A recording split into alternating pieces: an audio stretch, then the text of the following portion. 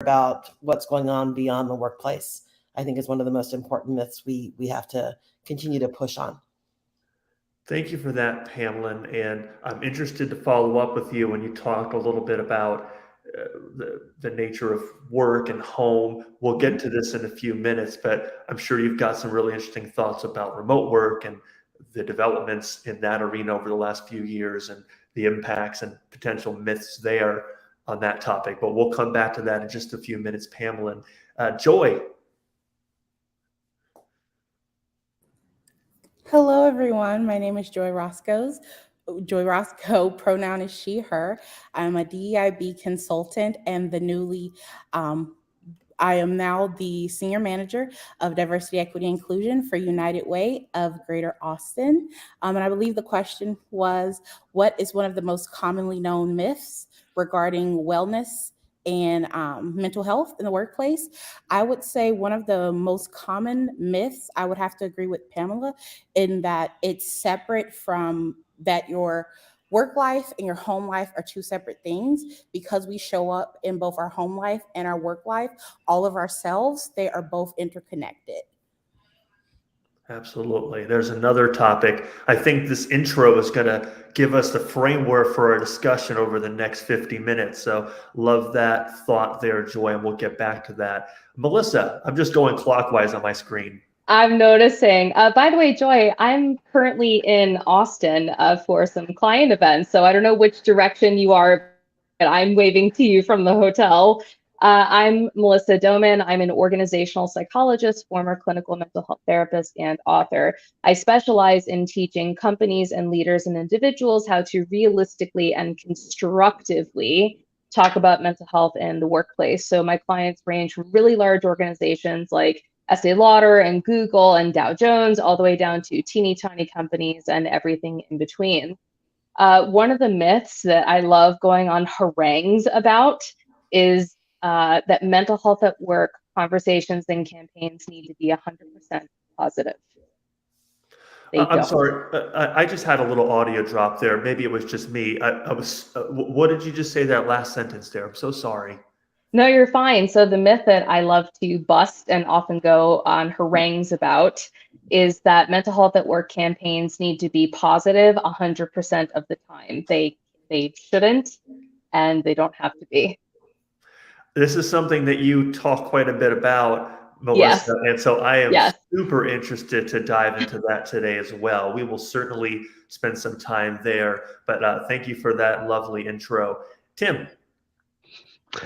Hello and welcome, and thank you for having me. My name is Tim Peffers. I'm based out of London, so yes, it's a nice sunny evening here, and I hope I'm not too enthusiastic for you guys who are all kind of getting up and getting started with the day.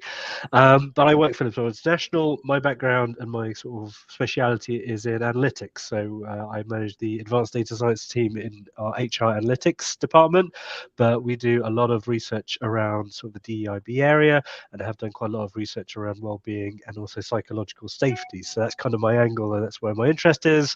And like, part of my job is really just busting as many myths as possible. So I've got a few and I can rant on, but I think for me, the one that we really enjoy kind of disproving is really around, hours worked and total workload leads to poor well-being. And actually, it's really not about the hours you work. It's really about the control that you have. It's about whether you are choosing to do this work and whether you are in control of when you work and how you work leads to people to have that sense of control, which leads to better well-being. And actually, a lot of really good employees work on a Sunday and absolutely fine. And the key is taking that time back and having Friday afternoon off if the workload is low, and having that control about when I work and how I do that gives me that sense of control and that well-being boost. So that's always a good one I enjoy, especially if someone's trying to shove new data and new tools around your face saying this is going to solve your well-being challenge. It's really all about context and about the culture that you work in rather than necessarily the hours that you log.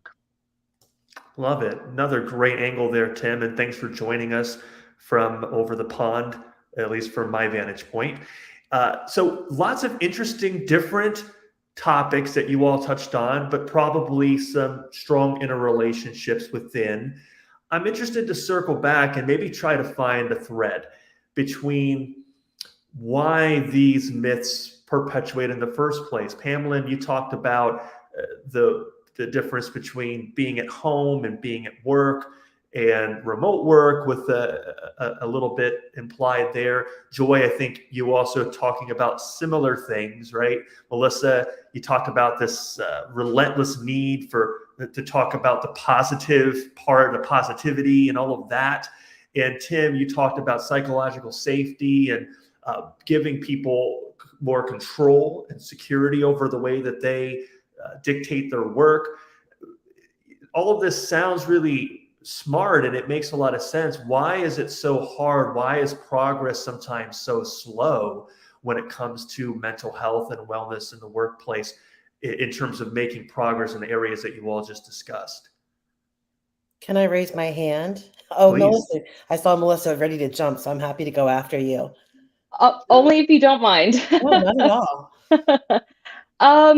I would say that the reason that it's tough to make progress is despite the fact that in the last few years in particular with the pandemic and then a few years before that, where we've been making this progress in what feels like a really steep uphill curve where we've made a lot of progress in a really short amount of time, we're still in very, very, very early days.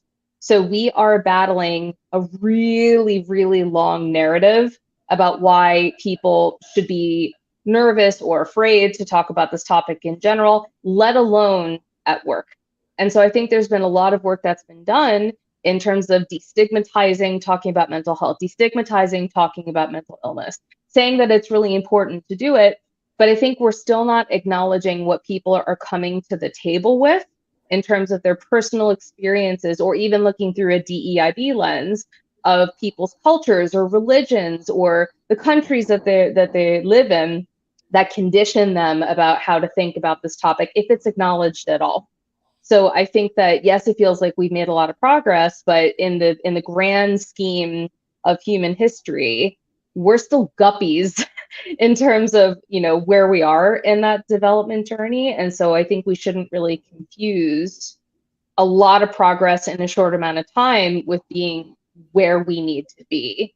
And there's still a lot of stuff in the behind factors that need to be addressed, because destigmatizing it and saying it's important is not the same as acknowledging the back end belief systems about even doing that, let alone teaching people the skill set. So it's a much bigger systemic challenge and deeply rooted, and it's something that we've made some progress in. It sounds like you're making a call for a bigger perspective of the whole situation. Oh yes, my master's might be in the psych realm, but my undergrad was in sociology and communication. So I tend to look at us and how we exist in systems, and this is not a conversation that exists in a bubble. Absolutely. Thank you for How do you that. follow that, Melissa? All right. I completely agree with Melissa talking about, we have put in so much effort at every level of the organization, tons of amazing grassroots employee organizations I've seen in my roles. But we do still have a long way to go. And for me, it's around, the gap, I think, and why we still have so far to go is that we really do need to create that supportive workplace and normalize mental health conversations, but it needs to really begin, and the accountability needs to begin. I've not heard that word yet, with our leadership and our executive teams. And unless and until we create that safe space by using that top-down acceptance of and championing those critical pieces, we can't have bottom-up solutioning. That things that nothing will take, that won't take root, and it won't grow and expand as much as it would. We're doing so much hard work and we're trying to roll that ball up that giant mountain. But unless and until we have the executive teams that not only sort of nod their heads and say, yes, we approve, but are actively engaging and being part of the solution, I think that's one of the things we need to be focusing on. +1 to both of my apologies, Tim. I think, were you going to speak? Okay, I just wanted to say a +1 to both what Pam and Melissa are saying. Something that both stood out from what both of them were saying. Melissa, what you said about where we fit into systems really triggered me to think about, in my work of DEI, we look at what systems are in place and how could they create a possible barrier or marginalized people. And it goes to also something that I see a LinkedIn user said regarding, psychological safety. When you take in those components of, cultural background, who we are as people, as well as how does that show up within the organization's cultural structure and systems, does that create a positive environment, psychological safety for one to be able to have the conversation of mental health or well-being? And on the side of what Pam was saying in terms of its leadership's responsibility to really carry forth that discussion, plus one to that. I think I kind of agree to a certain extent. So you'll probably find it very quickly and very geeky, like lots of data. But for example, when we looked at sort of behavior patterns, either people's work patterns, were they working late, were they working on the weekends versus their employees, what we found is there's a really strong relationship between your manager's behaviors and your employees' behaviors, right? If your manager sends work emails on the weekend, then direct reports will check emails and sort of send some back and so on. So we see role modeling as something super important. So I completely agree with Pamela and Joy in terms of it starts in leadership because that trickles down through the organization, and not just your behaviors, but even when we ask questions in our survey around, would you take a day off if you're unable to perform your duties, right? If a manager would take a day off, that more than double the probability that the employee would take a day off, right? So if a leader says things, it allows other people to do these things and take action. I think where I'd push back a little bit, I think we need to be careful, is that kind of lasts about 2 levels, right? And then it kind of becomes a little bit irrelevant. So the other thing we've got to think about is that well-being happens locally rather than globally. You can work for the worst or the greatest CEO in the world. Actually, if you're managing your teammates are awful, you're in a bad place. You're probably going to have well-being challenges. So there's some things that we need to do at that leadership point. They need to sort of start the conversation. I completely agree with that. But then also, I think a lot of well-being and engagement really happens with those people that you talk with. Essentially, the 5 or 6 people you spend most of your interactions, most of your time with. So to take action, we've got to focus on those local teams, and really it's those local teams that have to own it. And it can't be HR, it can't be a specialist, a well-being champion. You've got to have those action in that local team, and that's where the psychological safety builds. That's where all the sort of the allowance to take time off, and that's where you really create really good well-being, or that's where a bad manager can often influence really terrible well-being. So it starts at the top, but then I think we've got to sort of think locally to really make our environment really inclusive and have a really good well-being. Could I just add to something that Tim said? So I definitely agree, and I think it's a case of both can be true. So I think there's that leadership role modeling, but also there is often, and this is another reason I think that mental health conversations have not been as sustainable as they could be, is that it's wonderful that we focus on the role modeling from the top, but there's also that missing accountability piece for every single individual, regardless of job title. And so there is that individual responsibility in addition to the environment that the organization creates, that the leadership creates, that each individual manager creates. But there also needs to be the individual accountability piece, regardless of where you sit in the organization, in terms of how you are advocating for your own well-being, how you're having those sorts of conversations, and especially as a leader, when you create that little micro ecosystem as part of that larger ecosystem, it can be very different or sometimes towing the company line. But I think it's a case where both is true, of that top level role modeling that only goes down so far, but it's almost like they need to meet in the middle and go like that. I love that. I think I want to plus 10 to Plus. 10. Well, because Tim made a comment around, and I forget what the exact phrasing was, but what I heard, if people look at our teams and our, us as HR professionals and leaders to fix it, it's HR's job to make our employees happy and to make sure that there's these great well-being programs. And I kind of flip it on its head and say, well, leadership kicks it off because they set the tone and the vision. And yes, Melissa, absolutely 100% to both of you around how much of an impact our direct managers and our immediate teams have on how well or how not well we do at creating a consistent vision and approach to how we talk about mental health, how we support it. And so for me, there's really this sense of, do we overcomplicate what we're trying to accomplish? And I think creating a supportive workplace is key, and that's part of that top-down sort of approach from senior leadership to again create the vision and the awareness of the safe space, and then we have to be able to have our managers at every level, our employees have the accountability and understanding and how to apply what that vision is to improve how we work. And some managers, yes, it's okay to work that Sunday because it's a critical deliverable, and then take some time off Monday to recapture. But it's not consistent. And so from my perspective, I want to make sure that all my employees have consistent experiences, consistent ways of supporting. That's not a one-size-fits-all approach by any stretch of the imagination, because we know we've got different groups of people who are very disparately impacted by what we're talking about today. But I think expanding beyond the workplace is really a critical piece of that, and being able to meet people where they are as leaders, as managers, as colleagues is critical. Well, excellent inputs here. Thank you for that, Pamela. And the +1s and the +2s and the 3.5s is all really welcome. I think there's a lot of synergy developing in this convo. Let's take something that Tim talked about a little bit and mix it with a little bit of what Pamela just talked about. Tim, you mentioned leadership, and Pamela, you were just talking about not a one-size-fits-all solution.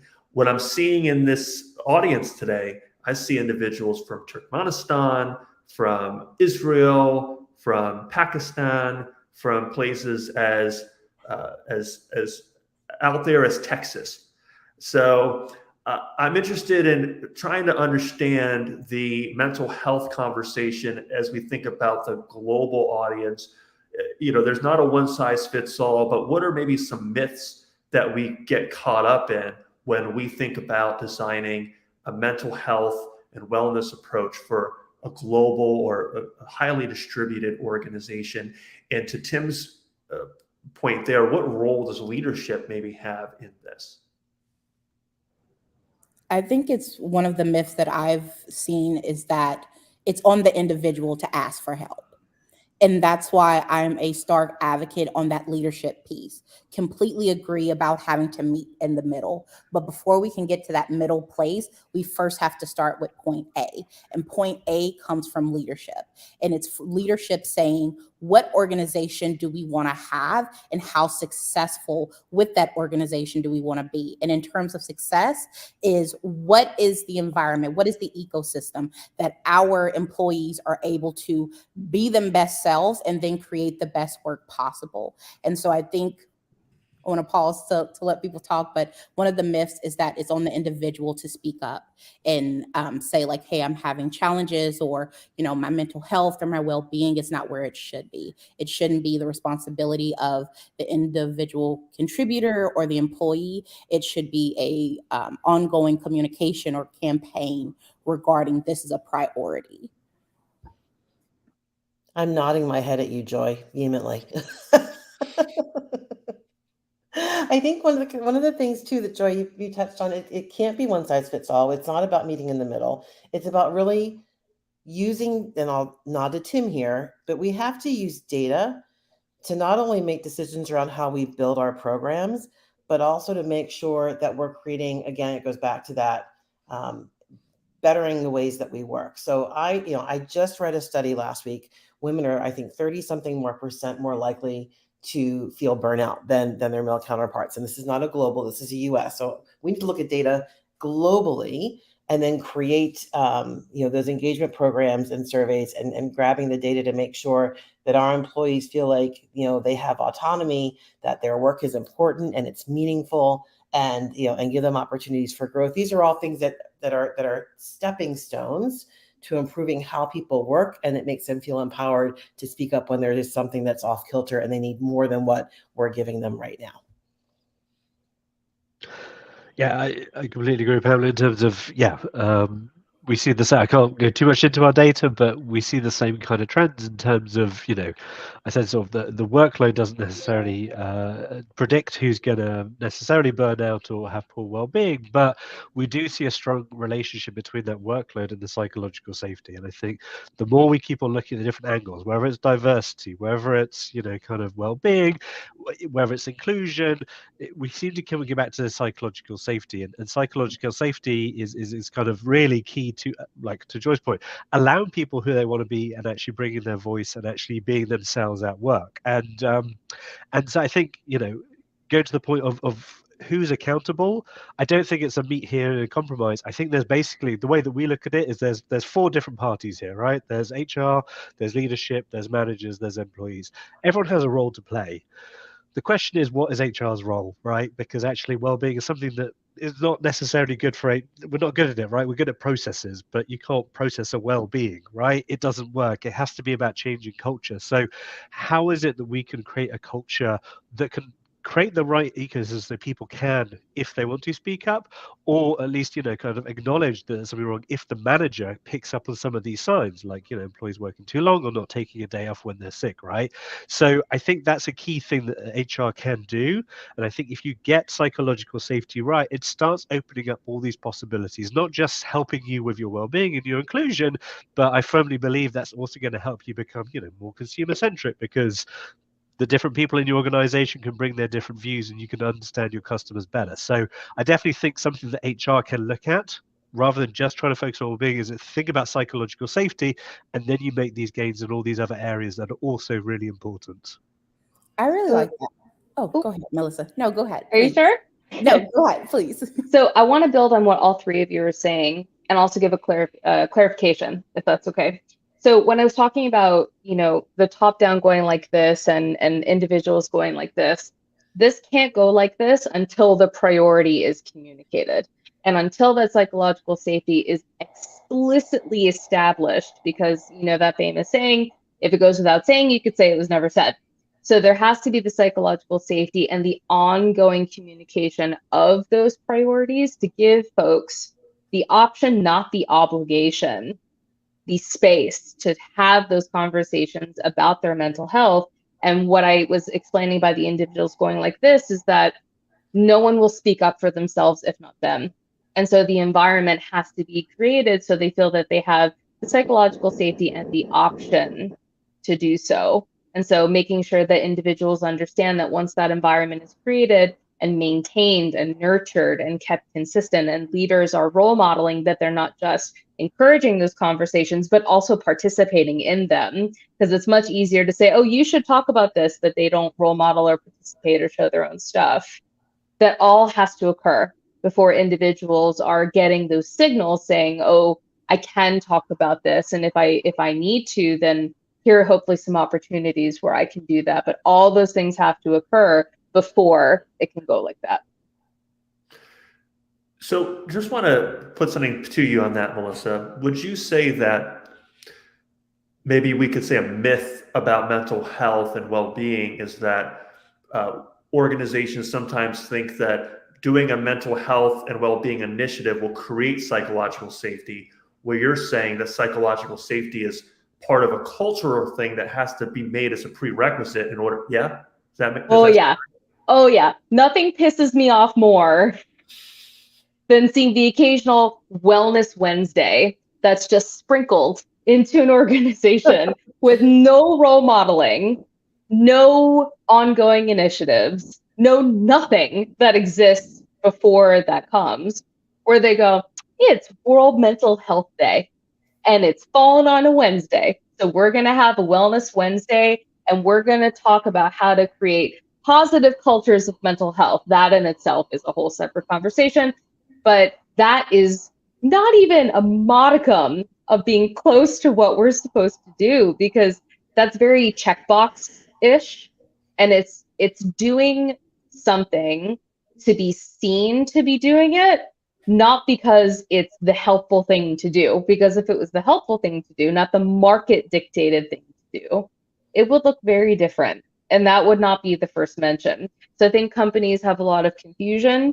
between setting up a culture of supportive and constructive and meaningful mental health conversations, as opposed to doing things to be seen by the market as having done what they're supposed to do.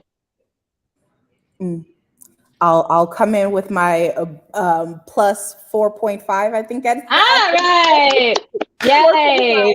Is that good? Is 4.5 good? Yes, absolutely. I would say even another myth is that you cannot measure well-being and mental health at an organization, and that's not true. You have to know what data buckets to pull from. Because, for example, I think someone said something about PTO.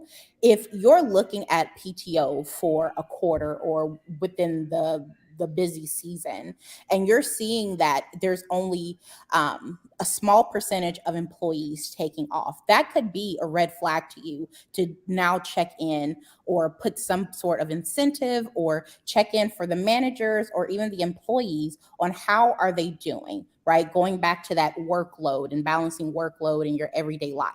If you're in a busy season or if you haven't taken off as much time, then hey, that could become a burden on someone. So I kind of deviated from what Melissa was saying, but I did just kind of want to call that out, that oftentimes if it's an organization and they're like, hey, we know that mental health and wellness is good and that should be a priority, sometimes at a leadership level, they could say, well, how do we know that we're trending in the right direction? How do we know we're resonating and really reaching our employees? And I would say the biggest way to know that, connecting those dots and trying to put numbers on it is knowing what numbers to look at. And that, I think, is where HR can really help support that. Tim, you said earlier about HR, we deal with policies and procedures. Set up policies and procedures that will help you in being able to, analyze different talent acquisition data, exit surveys, things that allow you to get the sentiment of employees.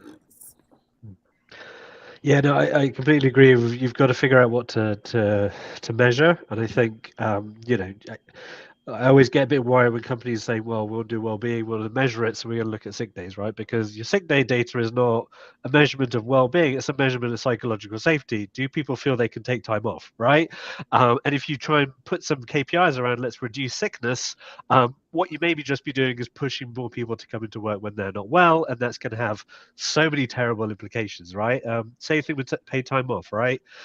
True story, when we still did this big well-being strategy launch, we had on the table, we were going to close down our entire company for a week, right? 60,000 employees, 1 week off, huge cost to the business, right? And sadly, I was the guy who kind of proved that it just wouldn't work, right? And it's not because time off isn't bad, we all enjoy time off. The problem is those people who are really struggling with well-being, we call them in the vicious cycle, the whole story, but the people who are really struggling to take on, they're the ones who are kind of constantly working, they've got deadlines every day, they're struggling, they're falling behind their deadlines, and they don't feel they can take time off, and they get this vicious cycle of working, they don't take time off, they get sick, they don't rest, they don't recuperate, the workload keeps on going. So if we give people a time off, we give everyone the Wellness Wednesday, right? What's going to happen? Everyone who's feeling good is going to have a nice time, go do yoga with goats or whatever. And the people who are really struggling, it's like, what do? Do I work? Or do I take time off and then I come back and I've got even more work to do with less time, right? So you've got to think about the context of what you're measuring, because if you measure the wrong thing, you might drive the wrong behavior. One last thing, going back to Mel's point there about the week off, I know there's a few eyebrows raised, but essentially Wellness Wednesdays can be useful. I mean, obviously, don't do them if you're kind of just wanting to look like you do some well-being, but talking about the leadership, that signaling, setting the right culture, having a big revolutionary idea, having something saying like the CEO saying, look, we are shutting down for a long weekend, or we are doing something big and bold, that is a really good way to signal to the organization we are taking well-being seriously. So if you're thinking about how to launch that well-being strategy, come up with some crazy stuff and see what you can do that's going to make that big splash. And then everyone's going to go, okay, actually, this organization is changing, and we're now prioritizing this. So maybe don't take a week off. I don't think it'll work unless you get your culture right, but think about those big messages, because that's going to really help initiate your whole well-being and prioritize it. Adding on to what Tim is saying, I'm so happy you brought up that point, because there's such a huge difference between doing a Wellness Wednesday that's entirely performative versus having an entire strategy and something that is ongoing, as opposed to just acknowledging it during Mental Health Awareness Month or World Mental Health Day twice a year. And if you're having, I don't love the name Wellness Wednesday because it's so overused, but if there's some derivative of that that's done consistently throughout the year that has a very specific purpose or mission or intended outcome that is used consistently, whether it's demonstrated by leaders or, for different teams, where it's shown as an option for people to connect, create those spaces, again, in a consistent, purposeful manner. I am all about that. I just don't like it when people do it once a year and they're like, tick, done. No doubt about that. I want to highlight some comments from our audience, but before that, just want to tee up the next topic. I want to come back to remote work.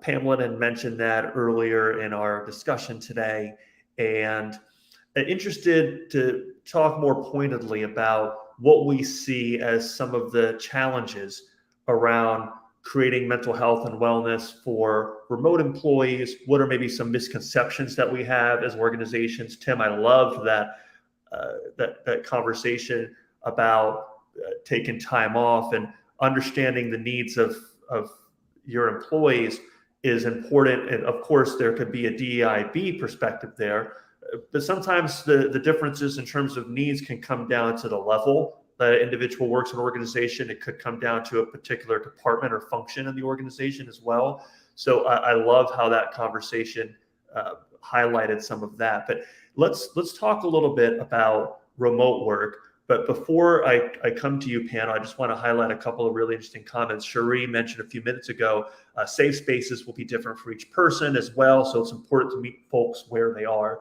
I think that aligns really nicely with some of the comments, Melissa and Joy, that you've made about tailoring the approach and not having a one size fits all. Dominic mentioned social norms play a major role when taking a global view. Some cultures would not see the workplace as where these issues are shared or resolved.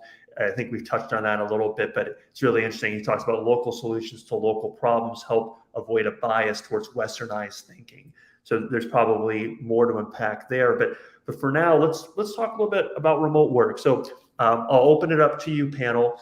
But what are some or a primary challenge you see on the topic of remote work and mental health? I'll kick this one off if that's okay. I think that there are a lot of concerns around the mediums that are carrying the messages. So there are a lot of concerns from folks saying, how do you have these sorts of meaningful conversations that are not in person? What could happen to the quality of those conversations, especially if it's in a written medium or asynchronous medium where you're not seeing the person's face or hearing their voice.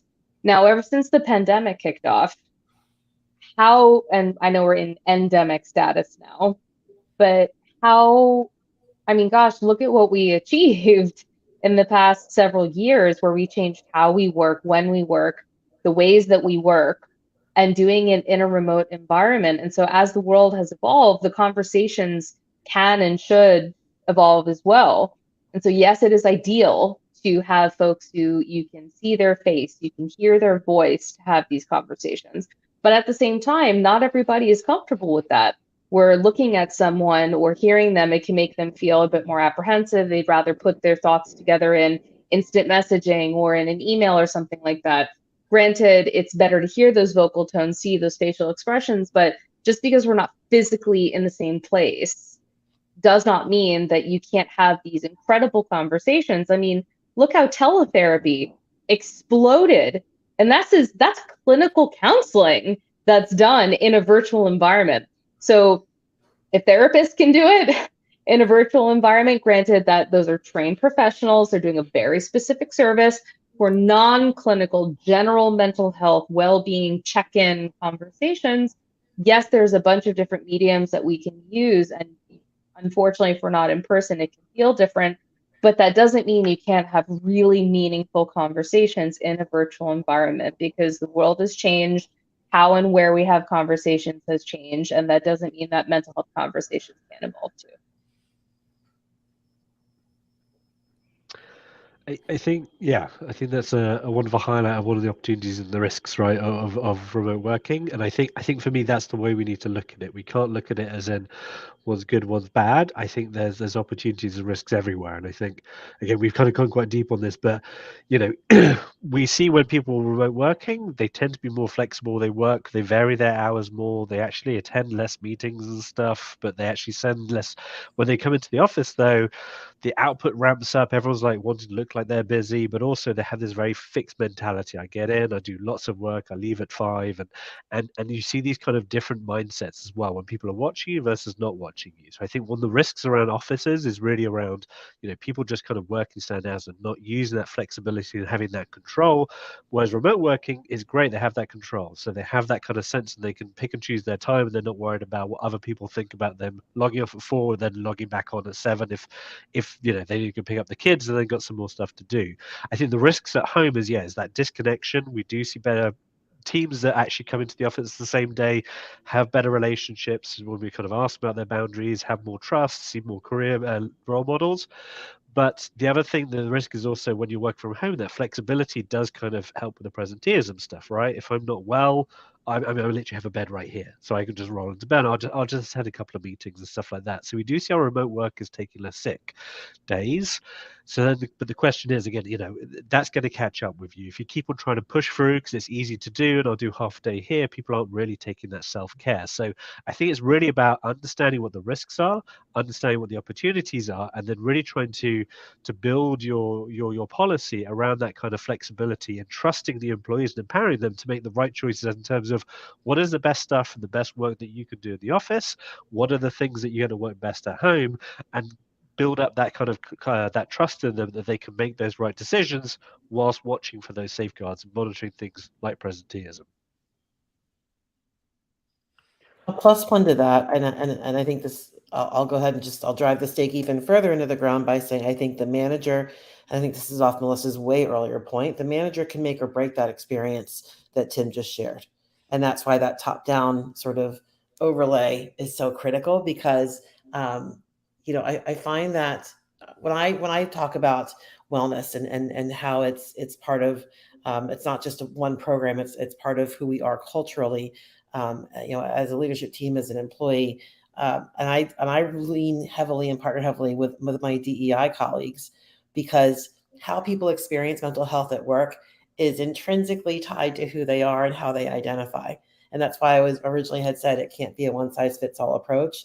And that's again leaning back into using data to figure out what's important to people, what they need, and how we can support as leaders, and then building the programs that are just become part of the fabric of who we are as a company to make sure that we can support them wherever they are. And part of that is ensuring that managers have the right training at the right time and the right level of accountability to maintain autonomy and be authentic, but again, provide that consistent level of support, even though within that framework of consistency may look different from employee to employee based on where they sit and where they are and how old they are and where they are in the team, all those great things. It's a really complex topic to try and solve, especially on a 1 hour panel call. But I think the manager piece can't be understated. Can I just build off a tiny little thing that you said around who we are as a company? I think that's also really important that we haven't talked about, right? Before the pandemic, I think a lot of companies were very transactional. It's like, we offer you this, we get you 40 hours, you come into our offices, and then we have you here, and then you can go and do whatever you want, right? And I think the pandemic completely changed that. And like, it's about now, how does work life fit into your general life, right? There's a lot more fluidity, flexibility. We've all seen each other's pets. Yeah, I mean, so now it's much more around, like what who are we as a company, but also how do we fit into our employees' lives? And I think, one of the things that we've tried to do is when we did our remote working policy is to say, we're not going to say you need to be in the office 2 days a week, right? That's very transactional. So we've kind of played it back on, well, 60% of your time, you can work from anywhere, do whatever you want, but 40% of your time you need to be in the office, and that's over a month. And then and then it empowers people. And again, it kind of takes away from that, what Pam was talking about, the manager, right? It's not about you have to go and see your manager 2 days a week and that's your manager's time. And it's about, we're empowering employees. You make good choices, but we do need you to collaborate for a minority of your time. And then you figure out how you want to do that. What I hear you saying, Tim, is about what I hear you saying is that organizations need to be very strategic as they are to ensure that there is a collaborative and proactive and productive environment within the office. That should also carry forth for individuals that are working remote. And I think that that is one of the things that, as Melissa said, we are still in the guppy phase of, trying to make sure everything comes together in harmony. I would like to see a lot of organizations really look at remote work as something that was, oh, well, the pandemic happened and we had to have that, to this is now an integral part of who we are as an organization. And I heard Pam say that she partners a lot with her DEIB employees. I think when we're looking at being inclusive, having remote work and ensuring that you have that strategic plan does help advocate for inclusivity within the workplace. There was a study about those that lived with disabilities. When remote work was introduced at a higher level due to the pandemic, we saw a lot more candidates apply and get hired at companies that didn't necessarily have remote work before. So I think going to the point of being strategic and ensuring that that remote piece is just as promoted and set up for success is something that's very important. Got a really interesting comment a few minutes ago from Americo on our chat thread. He talks about companies hiring for cultural fit, as well as overall skills, ensuring the right person is selected for a role, but so often the mental health of the candidate gets overlooked. Now, obviously, this is a really sensitive, touchy subject, but I think there's something in here that's really interesting. He talks about why we have candidates still not hearing back with how much AI and technology we have in the workplace. What is our responsibility as potential employers for the mental health of candidates? I thought that's a really good, interesting conversation point. I'll broaden it a little bit more. We now incorporate a lot of UI, UX into the HR experience or HR world. And sometimes instead of taking a program-based approach to mental health and wellness, we could take an event-based, thinking about certain points in the employee's life cycle with the organization, whether it's as a candidate, whether it's an onboarding, some type of training, a new manager, the new role, whatever it might be. I'm curious your thoughts, group, about maybe an area of the employee life cycle that gets overlooked, where maybe there are some myths at play in terms of an organization's role in mental health and maybe how organization approaches promoting mental health and wellness. I can carry forward with the comment from as I would say, the beginning of the employee life cycle, which starts with the hiring process. That was a really good call out. I think with all of the layoffs that we've all seen, that, rejection letters or being ghosted plays a huge part in whether or not someone's mental health is being affected. And so that's where I would say, from the talent acquisition side of things, ensuring that although you're using that software, that you have those built-in mechanisms that quickly and thoughtfully can respond to candidates that, are not going forward in the process. Oftentimes we see the very generic letter, and that does have a huge impact on that candidate, because you never another time and place. There could be a role that is fitting for that employee, but they're going to remember the experience they had. So I think that sets the precedent of, as an organization, how do you prioritize mental health throughout the entire employee life cycle? I'll build on what Joy is saying as well, that back in the day before I became self-employed, and when you are going through the job application process, and if you're not selected, or worse, ghosted, which is just the worst behavior that I wish didn't exist, it can be extremely impactful on people's, not only their self-esteem, but also their self-efficacy, the belief in themselves, to be able to do the job, to be a successful professional, And if that goes off the rails, and it can also contribute to feelings of imposter syndrome, which the average person feels some level of imposterism at some point in their life, regardless of who they are, where they come from, there is a lot of missed opportunities for not only basic empathy, but just basic contextual explanation to people about why they haven't been chosen, or how to not completely internalize not being chosen. And it doesn't mean that you have to completely kid glove them or wrap them in bubble wrap, but there are some, there's a level of decency that can be given to these people, that you appreciated that they applied, and highlighting their strengths and your appreciation of them despite the fact that they weren't chosen. And so I know that that's a bit more high touch. It takes a little more effort, but how you say no to people is just as important in how you say yes. Plus, we'll do +5. We'll keep up in the pluses.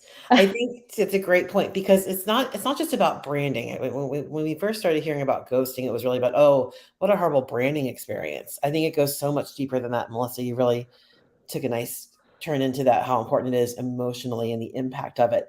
I think the same thing holds true for layoffs. So we should talk about that for a minute, because that's, these are happening constantly based on what I'm seeing on my LinkedIn feed. So many people are impacted. And I think that our responsibility as an employer is to really make sure that we're giving people as much of a feeling of control and grace, where they're not internalizing it. If it's a layoff, it's not performance-based. It is because the company overshot, the economy changed, things are changing, whatever the reasoning is, but to give our employees the respect and the decency, and also the tools. So something that I've done in prior roles is to introduce outplacement support, which gives employees that feeling of, okay, I've got somewhere to go that's going to help me figure out what next looks like for me.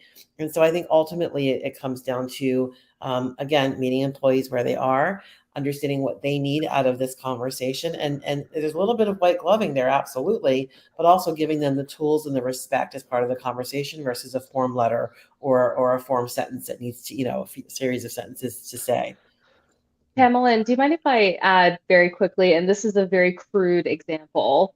Did you ever see the film Up in the Air with George Clooney? Of course, yes. Absolutely. So when you get all the distractions and everything else just to the side, and I'll never forget that his character was talking about, we're setting people loose at their most vulnerable and trying to, shepherd them across and give them the tools and let them know they'll be okay. And then we kick them out of the boat. Yep.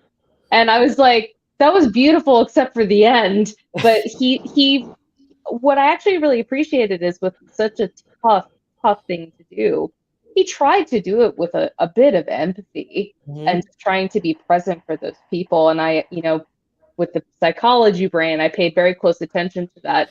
But when you gave that example, my mind instantly went to that film, and I was like, they made a whole movie about that.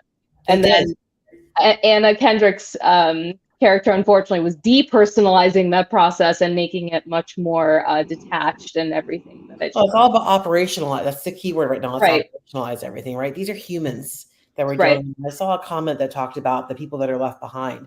And one of the key things that I think we need to be doing as business leaders as well, and as companies, is talking to the folks who, we've called them in the past survivors, which is a horrible way to put survivor's guilt. Yeah. But how do we 100% that's a real thing. Right. So how do we equip our managers to take care of those people's needs? Because guess what? They're feeling that maybe to Renee's point, they're angry, they're sad, they're afraid, they don't know if more is coming. And so I think that's, to an earlier point, leadership at every level, direct managers, whoever's involved with the decision, needs to be transparent, needs to show grace, needs to show support, needs to make sure that we have the right framework in place to help our employees that weren't laid off, even make sure that they're feeling that they've got the support and the consistency that they need to have to move forward and trust the company. You're ultimately, our values want to align with the companies that we work with, right? We don't want to go in and find a company that feels completely differently than we do about very core things about how we operate and who we are. And so this is a key part of that for me. I love this conversation and where you have taken it. A really interesting topic. And one that I think could have its own entire hour talking about this aspect. I want to come over to Tim. I think Tim has to leave a little early, right? Yeah, I was about to just give my apologies. I mean, I have one point to make if you Yeah, have please time go ahead. around. Yep. So I completely agree. Recruitment and obviously, sort of redundancies and so on are hugely impactful. I think we try to do some work and trying to understand how do we diagnose and how do we predict well-being challenges before they happen, right? And the answer we found was really not in the HR processes, right? I mean, performance, if someone has a performance drop from year to year, then yes, there are some after effects. What we found though is it's much more kind of, it's easier to look at sort of some of the signs and understand some of the warning signs that can happen at any time, right? So we mentioned some of them already. People working when they're not well, people's, sort of workloads dropping off, people going for a long time without taking annual leave, things like that. So those are kind of the warning signs that we're trying to educate our managers, okay, to, I think it was Melissa's point, but I think we've all kind of made it in terms of it's difficult for the employee to speak up, especially when you don't have that right cultural environment. So in terms of training the line managers, less about, okay, it's performance review time, or it's blah blah blah, and you have to then, let's do a bit of a focus on mental health. It's about understanding what are the signs that might be coming out from your employees, and then who is the best person to have a conversation, because often it's the manager who's the one who's driving these problems, but also how do you have that conversation is absolutely key. So we call them risk profiles, but they're just kind of actions that we see, and then we try and get the manager to say, look, if you're having a one-to-one and someone's coughing and sneezing on the way through it and say, oh, I'm too busy, that's the time to stop. That's the time to talk about deadlines. It's time to talk about reprioritization. And if the employee can't have a conversation with you, that's when a well-being champion or someone from HR can step in and maybe have that conversation with them where they don't feel that they can have it with their manager. But I do have to run and go get a child from nursery. So it's been a wonderful discussion. I've absolutely loved it. And yeah, thank you for having me. Thank you so much, Tim. Thanks, Tim. Talk to you soon. Thank you, Tim. It's interesting coming back to the previous point about layoffs. There was a company, a pretty well-known one, I think most of us would know it, that had to do layoffs within the last year. And they did something, I'm sure they had a meeting and thought this was a nice thing to do, but as part of the layoffs, they offered their former employees their product for free or at a severe discount. And that was part of their, like, let's do something nice. And when I read it as a news story, I thought it was a joke, right? And it's interesting though, because I'm sure there were professionals in the room that were thinking, okay, well, let's try to, soften the blow a little bit. And it's just always interesting how sometimes we lose perspective on how things are going to be perceived, and us being more detailed and thoughtful about that area of the employee life cycle is really important. I know we're coming up to the last 5 minutes here. And what I really loved around this last portion of the conversation has been how practical and detailed it's been. So what I'll ask you panelists is, in going out into back to work, what's a piece of advice you would give for our audience?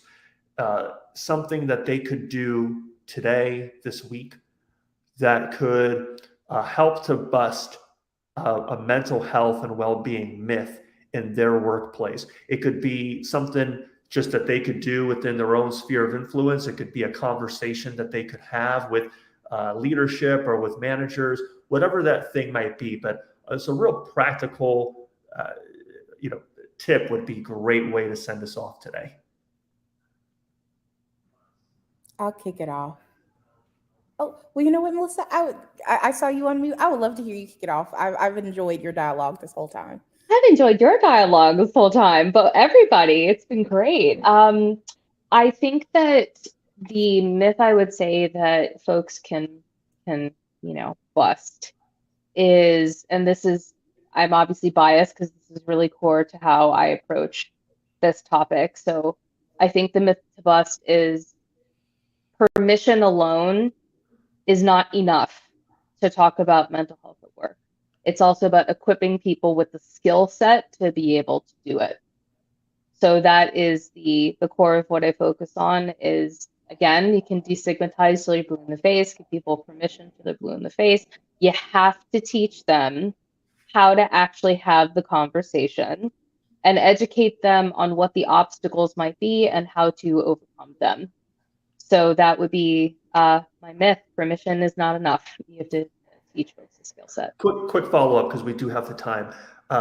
Melissa, what's maybe the number one, you said that you have to teach them. What's the primary attribute, if you had to say one right now, that you find you have to bridge the gap with individuals to teach them?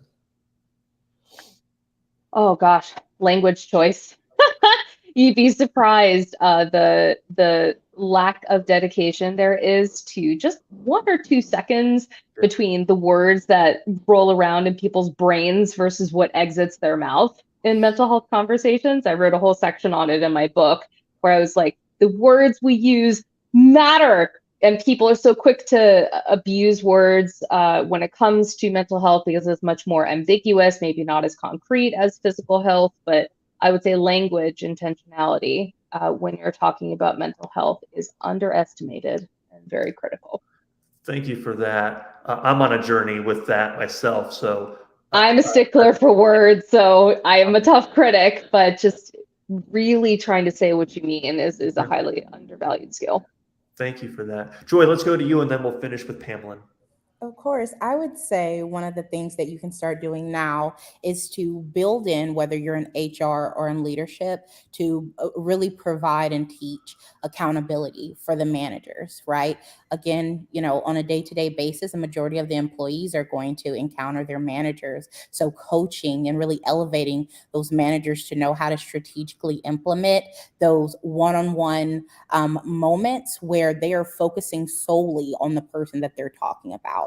Before we can talk about the work, we need to prioritize the person that's doing the work. So something as simple as saying, what is the way that you like to be praised for your work? What does it look like when you are not having the best day so that I can support you? Or what does it look like when you are having a good day? Asking questions as simple as that can have a huge impact because it's setting that stage of psychological safety that the person that I'm interacting with cares about me. I love that, the practice of intentional questioning and the mindset that promotes. It's so effective, but also so simple, or should be simple. So thank you for that, Joy. Wonderful advice there. Pamela. No pressure on the last input here. I love what you said, Joy. I absolutely believe that accountability is a key part of this, and wanting, assuming good intent, but wanting managers to have the right toolkits, right? But for me, the most impactful thing that we can do coming away from this today is to listen. In an era where so many of us have moved from in-office to remote or a hybrid, we've forgotten how to make connections. And so really being intentional about reconnecting with people, asking how they are, creating safe spaces, assuming good intent, and asking questions. How are you? How can I help you today? What's going on?